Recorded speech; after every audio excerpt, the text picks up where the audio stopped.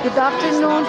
Even though rain and shine, the president of HWPL in the Philippines with us for the success of another screen film showing of documentary of the peacemaker, no other than Chairman Manny Lee of HWPL.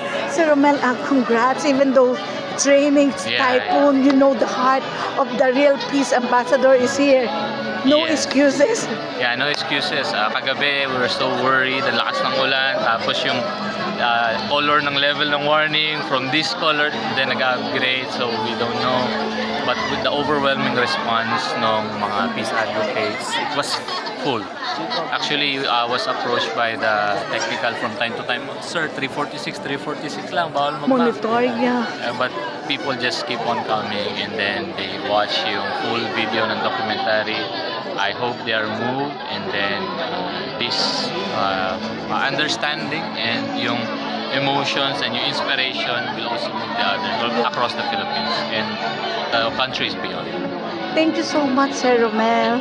And again, congratulations for the big milestone of HWPL. Keep it up. Congrats. Thank you. We are one with peace.